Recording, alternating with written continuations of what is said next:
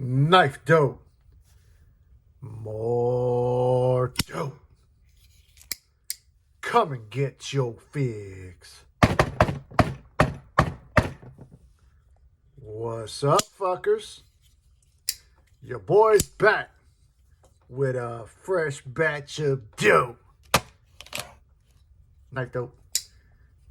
That's right, people. The hits don't stop.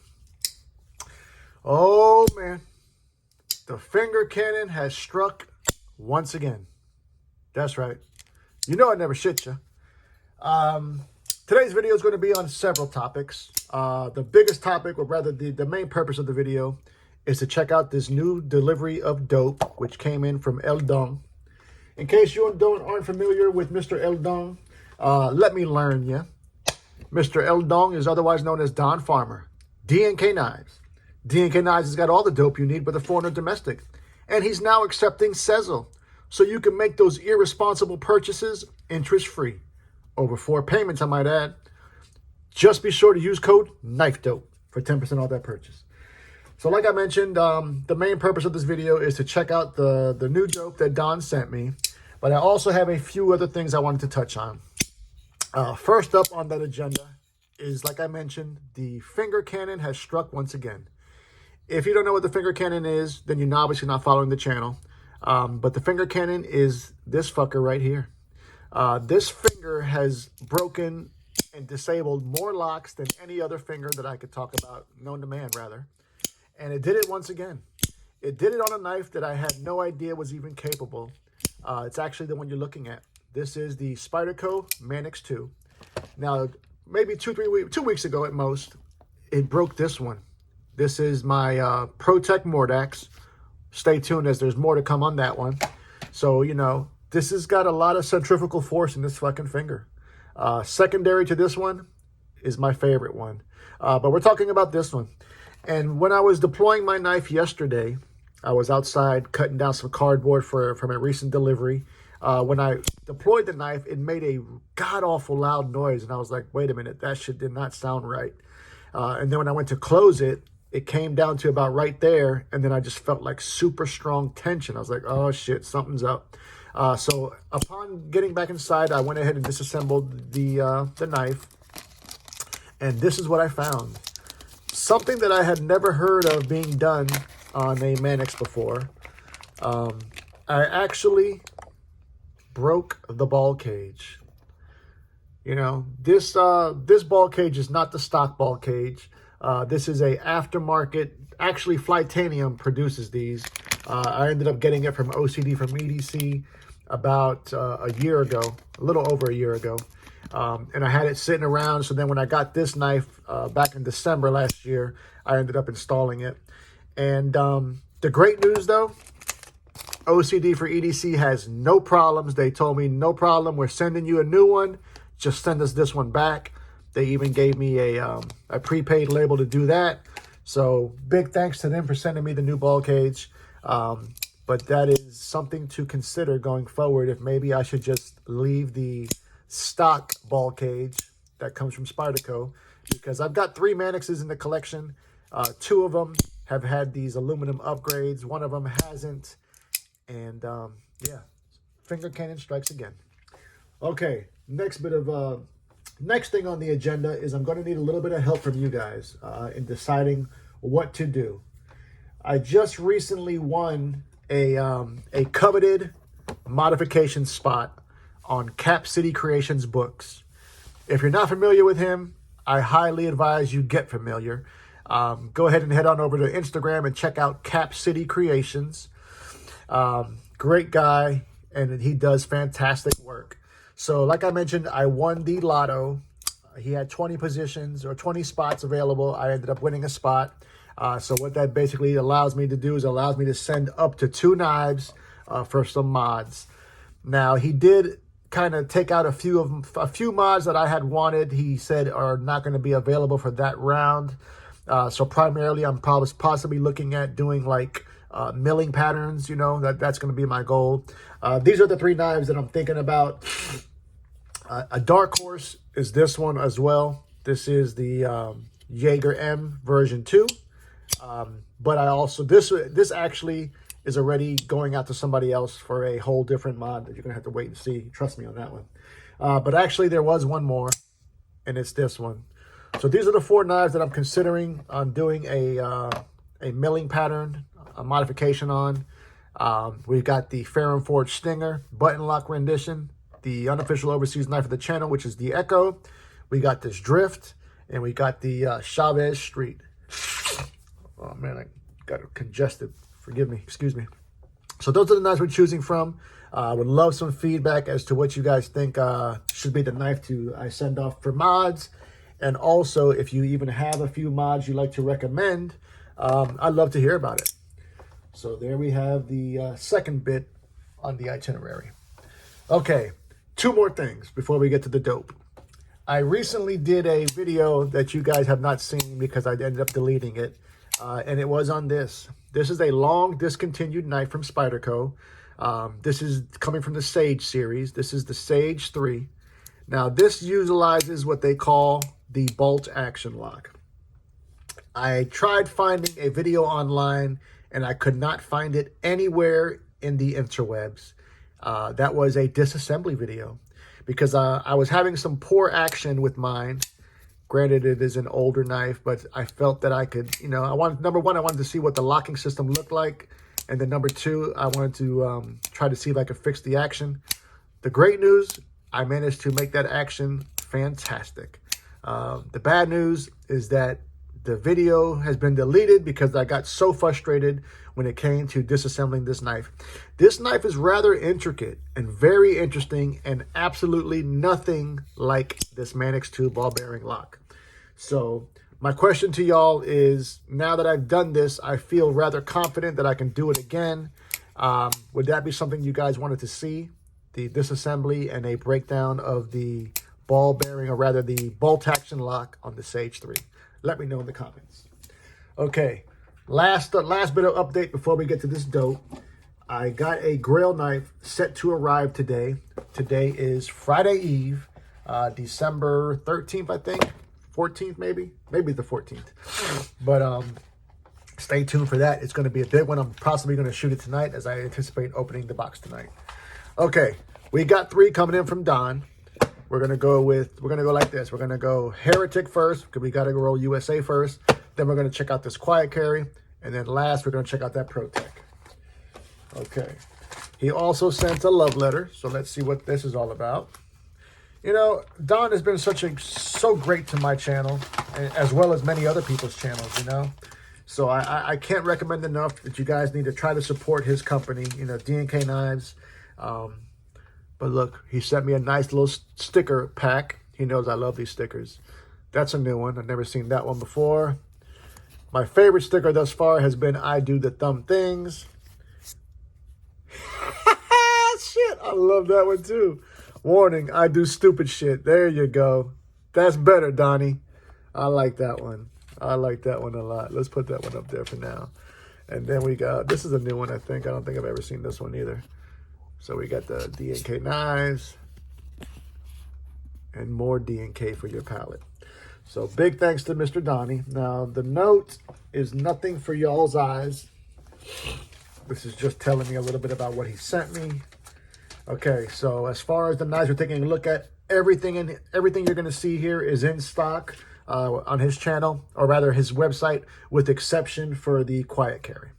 Okay, so this first one really interested me, and I reached out to Don to check it out.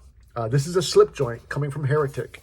I've only recently, very recently, gotten into slip joints, and it's all because of that fucking dude.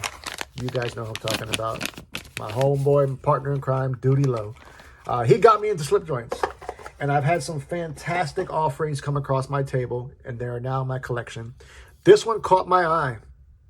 This is the Jin from Heretic. Now, Heretic is a company that is owned by the son of Tony Marfione, which is, the owner of Microtech. So primarily they do autos, very in the same vein as Microtech. So this really, when I saw that they were, I've experienced a few of their autos and they've been impressive. And so when I saw that they had this slip joint, I asked Don to check it out. This comes in at $319, and you can get it right now on DNK Knives. So it came nice and centered. Very, very lightweight. These are carbon fiber handles, like a basket weave carbon fiber. Looks fantastic, both sides of the knife. Also, what made it very interesting to me was this pocket clip. We've got bronzed, recessed hardware all the way around, as well as that back spring. We've got the one form of deployment, as this is a slip joint, which is a thumb groove. Now, typically, I would have possibly preferred to have that down, you know, extend a little bit, or even just place it there. But where it's at is fine. Now, I will tell you, full disclosure, I played with these knives very briefly before shooting the video, and I was really, really unimpressed with the action on this one. It just feels very, very sloppy, you know? Look at that half stop. It's kind of like past where you normally would assume, I guess, right? But it just, there's no way for me to get it across to you just how sloppy it feels. I wonder if they're all like this, or if it's just we got a bad one here. But especially, you really feel it when you go to close. Like when it goes to that half stop, it's just all over the place. But nonetheless, I digress. 6.75 inches overall. We've got this nice sheep's foot blade in CPM Magna Cum Laude, otherwise known as Magna Cut. Nice, is that a hollow? It might be, no, it's a flat. Nice flat grind on the blade. We've got a black PVD, or rather DLC coating finish on that handle. Now another negative, and this is possibly the biggest negative, is this pocket clip. Now, you know, whenever I find a slip joint with a pocket clip, I'm automatically or instantly drawn to it, because that's kind of one of my biggest complaints about slip joints, is the lack of pocket clips that usually accommodate those knives. But if you're going to give me a pocket clip like this, don't even give me one. When I tell you that this is hands down the worst pocket clip I have ever experienced, I am not shitting you. It is, I mean, I can't even fucking lift it with my finger. I had to try on 3 different sets of pans to find one that was able for me, I was able to slide it in over the hem of the pocket. It is just way too goddamn tight. If you look at it, you can see there that, I mean, it came out the gate destined to lose, you know. There's nothing that's allowing you to slide that in, and even worse with the amount of tension on this thing. All right, let's go ahead and put up a couple of quick knives for some size comparison. Also, as far as weight goes, we're coming in at 1.73. Blade length came in at 3 inches. We've got a blade stock of 90 thousandths. Okay, let's keep that same slip joint energy, and let's go with one like this. The one that started it all for me. This is my Lion Steel Thrill, also with a pocket clip, although that one is retractable. So there you see that Jin up against that. Next up, the one that really got me into the game, we're looking at the traditional pocket knives exclusive Ohio Riverjack.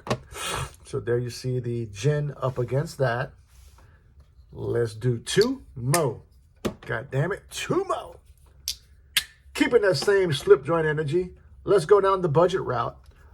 This one was, I think, my first modern traditional pocket, slip joint I ever bought. I bought this in last year, 2022. And it's $40 because I chose the titanium version. But that is going to be the Rough Rider Apta. So there you see the Apta up against that. Last but certainly not least, quite possibly my favorite slip joint in my collection, another traditional pocket knives exclusive. We're looking at the QSP Hedgehog. Man, oh man, people, if you want to get yourself into slip joints, buy that Hedgehog. So there you see the Jin up against that. Okay, so what's my consensus? I really ain't got nothing nice to say, you know. I don't want to just shit on this company. This is an American-made company, an American company, so I'm always going to try to support them, you know, to the best of my ability, but not at the detriment of the knife, you know. $319, so you're right up there in the Jack Wolf realm when it comes to pricing. And I will tell you that if I had to choose between this and the Jack Wolf, jack with every day, all day. So there went the Jin. Okay, this next one is also a slip joint. This one's coming from Quiet Carry. Big price difference on this. This one came in at $99, and this is what they call the West version 2. Don't get it fucked up. So this is not available on Don's site. This is actually from his personal collection. So big thank you to him for allowing me to check this one out as well. Currently, right now, these are on sale. $99. Right out the gate in the closed position, we've got 3.5 inches. We've got this black PVD finish on the handles as well as the blade. These are titanium contoured. Love that knurling pattern there on the show side. We got a smooth pattern there on the clip side. Once again, a slip joint with a clip. So I'm digging that. We've got the cutout for our deployment. Okay. Now this is a smaller one. Overall length on this came in at 6 inches. Definitely something that I'd consider a gentleman's carry for sure. We've got 2.5 inches overall length on this CPM 20 CV blade. There's actually a hollow grind on this. You know, overall weight is 1.9 ounces. This one is riding on phosphorus bronze washers. That pocket clip is right hand tip up carry. This right here for $99 is a no-brainer. Absolute no-brainer, you know. So, you know, like I mentioned about trying to support American, when you see shit like this, in comparison to stuff like this, the choice is easy, you know. Why would I pay, you know, twice as much, 3 times as much for a product that is nowhere near as good? So it pains me to say that, but it's true. So back to this. Feels nice in the hand. Perfect little gentleman's carry knife. This is something you pull out, open yourself up a box or two, open up a package, open up a letter, and then put it right back into the pocket. Really digging this one right here. Let's go ahead and put up a couple of knives quickly for some size comparison on this one. Let's keep that same slip joint energy. Let's go with this beauty right here. This is the most recent traditional pocket knife exclusive, the Lake Champlain. So this is actually a C. Reisner product, which is a traditional pocket knife. So there you see that up against that. Let's do one more. Back to the Ohio Riverjack, which has been a staple of mine since purchasing it. And so there you see that West up against that. So yeah, people, when it came to the slip joints, I'm going to have to go with this West as being the more impressive knife. Definitely the one that I'd recommend before I would recommend that that Jin. Granted, the walk and talk is not very audible, but it's nowhere near as mushy. Fit and finish is right up there with that Heretic. That Heretic had a good fit and finish. You know, there was no issues with that. It's just, as far as function goes, it left a lot to be desired. But here you see the West from Quiet Carry. Currently, $99, FYI. All right, this next one and last one is one that I've been the most excited about. This is coming from Protech. Now, granted, recently Protech has kind of been on my shit list, you know. This Mordax was a new knife that I purchased in September. I had it in the collection since late September. Didn't even have it in my possession that whole time because it was at a modder's house for over a month. So by the time I got it back, I had only deployed it. I had only had it in the pocket for a day, and the fucking plunger broke. But that's another whole story. Let's see if they can redeem themselves. This is from Protech, obviously, and this is going to be the limited version of the Godson. So this one comes in at $500, so it's not cheap. USA made, out the side auto. Now, if you follow the channel, you know that I have been very high on another USA auto. Granted, that one is out the front. This is an out the side auto. I don't think I've never owned a out the side auto in my collection. But right out the gate, this has got quite a bit of weight to it. It feels rather heavy. But upon further inspection, I thought this was actually bronze. This is actually bronzed aluminum as far as our bolsters there. We've got nice and centered out the gate. Also, we've got this titanium pocket clip, which is right hand tip up. That struck me I was impressed by that because normally Protech uses stainless steel pocket clips. We've got a beautiful carbon fiber inlay on both sides of the handle. This one actually almost has like a 3D look to it. Our actuator button has got this beautiful pearl inlay, mother of pearl inlay. Looks like a smoky finish on it almost. We've got a black DLC finish on all the hardware as well as the blade. Let's go ahead and deploy it. That bitch fires the fuck out. Now, that has always been the consensus I've heard about Protech's autos, that they fire out with authority. So they did not disappoint there. Typically, I'm not a fan of these stiletto-style blades, you know, spear point, dagger point, call it what you will. But when it comes to autos, they've usually referred to these as like a stiletto. We've got one single edge here. Now, this is in 154 cm steel. Overall length comes in at 7.56 inches. Feels nice and robust in the hand there. Granted, I do feel that pocket clip a little bit. You know, I ain't gonna shit you. I do feel it. That could be a hot spot. But you know, you're not hard using these autos. You know, at least I wouldn't.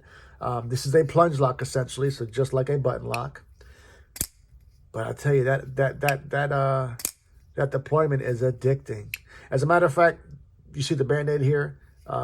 That's from this fucking thing. When I was closing it, I had my finger right there, and this bitch is sharp as fuck. Blade length is 3 inches. We got this nice flat grind. Love this swedge there on the spine of the blade. It's very very attractive knife, man. I had always seen the Godson, but I had never pulled the trigger on it.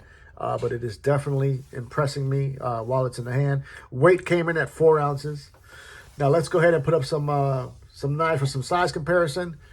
It's going to start out with the only auto in my collection, and quite possibly auto of the year. We're looking at the Kershaw Live Wire, live and direct. So there you see that Godson up against the live wire.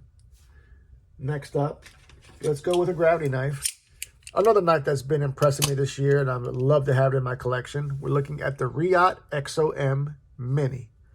So there you see the Protech is definitely bigger than that. Let's do 2 more.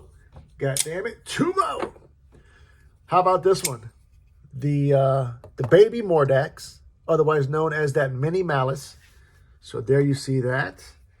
Last but certainly not least, let's go with a little bit of a budget vibe. One of my favorite budget knives in my collection. We're going with the Kershaw, goddamn Kaiser Mini Roach. So there you see the Protech up against that. Now, a quick side note, being that I have this Malice up here on the table, I am going to state that I fully believe that the company, you know, Protech has been known for their, you know, manufacturing some of the best button locks / plunge locks in the game. However, I'm going to say that I honestly feel that as of today, we is manufacturing the best, and I mean best, button locks there are in the game. A close second, obviously, is going to be Protech, but also a close second, I'd even say they're tied with Protech, is going to be the CJRB operation, you know. Those companies, that granted they're not American made, they are impressive with their plunge locks. But so is this auto from Protech, very impressive. I know that they've got cheaper versions, and they've even got more expensive versions to this knife. This is a limited run. Don't know necessarily how many pieces are in this run. I'm sure you possibly could find that out. Feels great in the hand. Fires the fuck out. Looks beautiful. That is the Protech Godson. So there we have it, people. We had some disappointment, but we also had some that impressed me, you know. Namely, this Protech. Also was impressed with that West, but I was extremely let down by the Jin. But more importantly, I want to know what you fuckers think. Did any of these knives impress you? Tell me all about it. Love you, mean it. Until the next time. Cut something, cut someone. Just don't cut yourself. Stay dangerous, fuckers.